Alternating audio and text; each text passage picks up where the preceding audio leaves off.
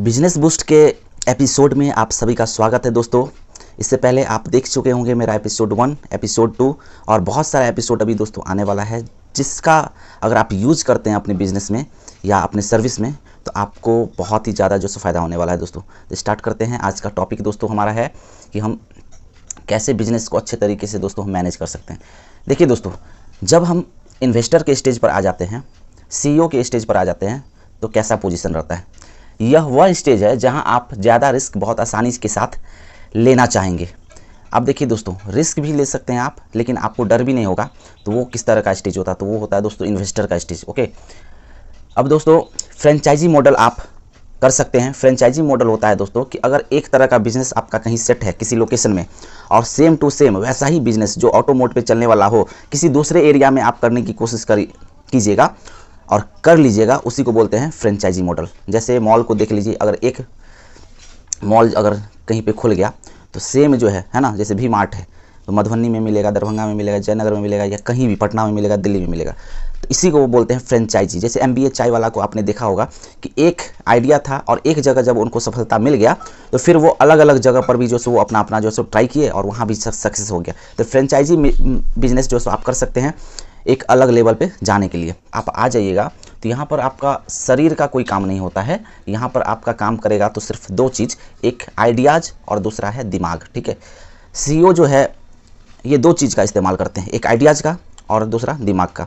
और दोस्तों बता देते हैं स्टेज 1 में और स्टेज 4, 5 में क्या अंतर होता है। तो स्टेज 1 में जो व्यापारी होते हैं वो किस तरीके से काम करते हैं, और स्टेज 4, 5 में वही जब व्यापारी चले जाते हैं तो किस तरीके से काम करते हैं, क्या क्या परेशानी उनके साथ जो सो होता है, या कैसे वो अच्छा तरीका यूज़ करते हैं अपने बिजनेस को आसानी से मैनेज करने के लिए। तो देखिए दोस्तों, स्टेज 1 में मेहनत जो है दोस्तों ज़्यादा लगता है, वही स्टेज 4, 5 में जो होते हैं कम मेहनत लगता है, नहीं के बराबर मेहनत लगता है, क्योंकि वहाँ पर उनको सिर्फ आइडियाज़ उनका काम करता है, प्लानिंग उनका काम करता है। दूसरा दोस्तों, पैसा यहाँ पर कम लगता है, कम पैसा से आप शुरुआत कर सकते हैं, लेकिन वहाँ पर स्टेज 4, 5 में पैसा ही का खेला है, पैसा फेंको और तमाशा देखो वाला सिचुएशन हो जाता है। उसके बाद दोस्तों होता है लोग घृणा करेंगे आपसे स्टेज 1 पे जब रहिएगा तो, क्योंकि आप सब काम खुद कर रहे हैं, माल लेकर के भी आ रहे हैं, माल को सेल कर रहे हैं, मार्केटिंग कर रहे हैं, जितना भी चीज़ है अकाउंटिंग कर रहे हैं, तो टोटल चीज़ आप ही कर रहे हैं। तो वो स्टेज 1 में है और इनसे लोग क्या होते हैं तो भागना चाहते हैं, इसलिए बिजनेस करना नहीं चाहते, क्योंकि स्टेज 1 में थोड़ा संघर्ष करना पड़ता है। लेकिन जब आप स्टेज 4 और 5 में चले जाइएगा तो वहाँ का जो आपको पैसा मिलेगा, फ्रीडम मिलेगा, ठीक है, और आप अपने पैशन को फॉलो कर सकते हैं। तो उसको देखने के बाद लोग बिजनेस के तरफ जो है सो आने के लिए जो है सो एक्साइटेड रहते हैं। यहाँ पर इस स्टेज पर आने के बाद दोस्तों लोग आपके साथ काम करना चाहेंगे, लोग आपके जैसा बनने की सोचेंगे। क्यों, बड़े बड़े बिजनेसमैन की तरह बहुत सारे लोग सोचते हैं कि हम भी उनकी आइडियाज़ को फॉलो करें, क्योंकि वो अभी का उनका जो स्थिति है उनको देख रहे हैं सिर्फ। इससे पहले वो कितना संघर्ष किए हैं वो भी देख लेना चाहिए आपको, क्योंकि बिना संघर्ष का सफलता नहीं मिलता है दोस्तों। ठीक है, सफलता का रास्ता जो है सो आसान नहीं होता है, बहुत कठिन है। अगर आप ऐसे रास्ते पे चल रहे हैं जहाँ पे आपके जीवन में अगर कोई मुश्किल नहीं आ रहा है, कोई कठिनाई और कोई परेशानी का सामना अगर आप नहीं कर रहे हैं, और आपको लग रहा होगा कि सब कुछ मेरे लिए आसान है, सब कुछ मेरे लिए परफेक्ट है, तो आप सफलता के रास्ते पर अभी चलना नहीं शुरू किए, क्योंकि सफलता का रास्ता जो होता है दोस्तों वो कठिन होता है। जहाँ व्यापारी अपना पैसा स्टाफ से बचा लेना चाहता है, वहीं CEO स्टाफ में यह कटौती नहीं करता है दोस्तों। आप देखिए यहाँ पर मेन मुद्दा जो होता है दोस्तों, व्यापारी क्या गलती करेगा और उसी काम को CEO कैसे काम करता है वो हम समझ लेंगे। फंडा यही है कि व्यापारी कैसे किसी काम को करता है और CEO का करने का क्या तरीका होता है, इसको हम अच्छे तरीके से डिफरेंस करके समझेंगे।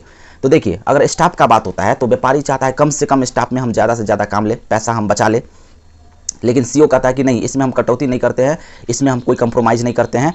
तो CEO का क्या तरीका है, तो देखिए व्यापारी चाहेगा जहां 10 आदमी का काम है वहां कैसे भी 8 आदमी से करवा ले, 2 आदमी का पैसा बच जाएगा। और अगर 8 आदमी रहेगा और काम है एक्चुअल में 10 आदमी का, तो प्रेशर कहीं ना कहीं 8 आदमी पे ज़्यादा रहेगा। तो व्यापारी वहां पर खुश रहेगा कि चलो मेरा जो स्टाफ है 8 वो बैठा कभी भी नहीं रहेगा, क्योंकि उसको हम ओवर डोज दे दिए वर्क। तो इस तरीके का रवैया होता है। लेकिन CEO कहता है मैं 10 के बदले, अगर 10 आदमी का अगर कोई काम है, कोई काम ऐसा है जो 10 आदमी के करने लायक है, तो मैं चाहता हूं कि 11 आदमी कम से कम रखूं, एक एक्स्ट्रा मैं रखने का हमेशा प्रयास करता हूं। तो दोस्तों आप सोचे होंगे ये तो घाटा का सौदा है, अगर काम है 10 ही आदमी का, अगर आप मान चले रख लेते हैं 11 आदमी, तो एक आदमी तो फालतू के। तो अगर बिजनेस पॉइंट ऑफ व्यू से अगर सोचे, व्यापारी सोचते हैं, तो ये तो घाटा का सौदा है। हमें अगर प्रॉफिट चाहिए तो जितना का काम है उससे कम में करवाना चाहिए लेबर रख के, तब जैसे मुनाफा हुआ। लेकिन बिजनेस यहाँ पे CEO का कुछ अलग माइंड सेट होता है, इसलिए तो वो CEO है, इसलिए आप स्टेज 1 पे है और इसलिए वो स्टेज 4 पे अभी चले गए हैं।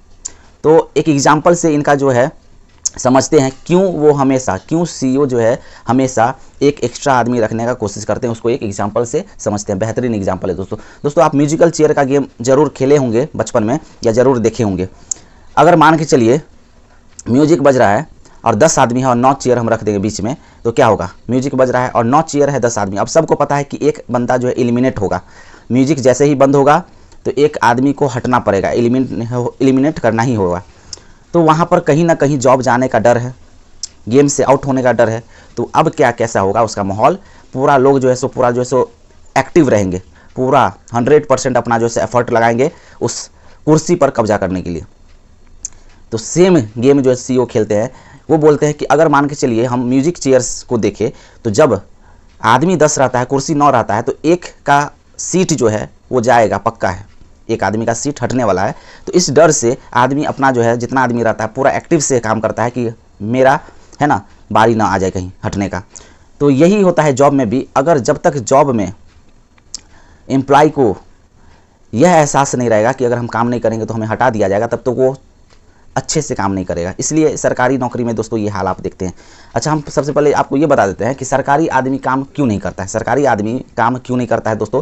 क्योंकि उसे पता है ज़्यादा पर कुछ मिलेगा नहीं। अगर ज़्यादा काम भी वो करेंगे तो उनको ज़्यादा कुछ मिलने वाला नहीं है, और कम करने पर कोई हटाएगा नहीं। अगर काम कम भी करते हैं तो उनको कोई हटा नहीं सकता है। तो ये चीज़ का जो है CEO जो है फ़ायदा उठाते हैं। वो कहते हैं कि एक हम ज़्यादा रख लेंगे लेकिन स्टाफ को कभी भी चढ़ने नहीं देंगे ऑनर पे।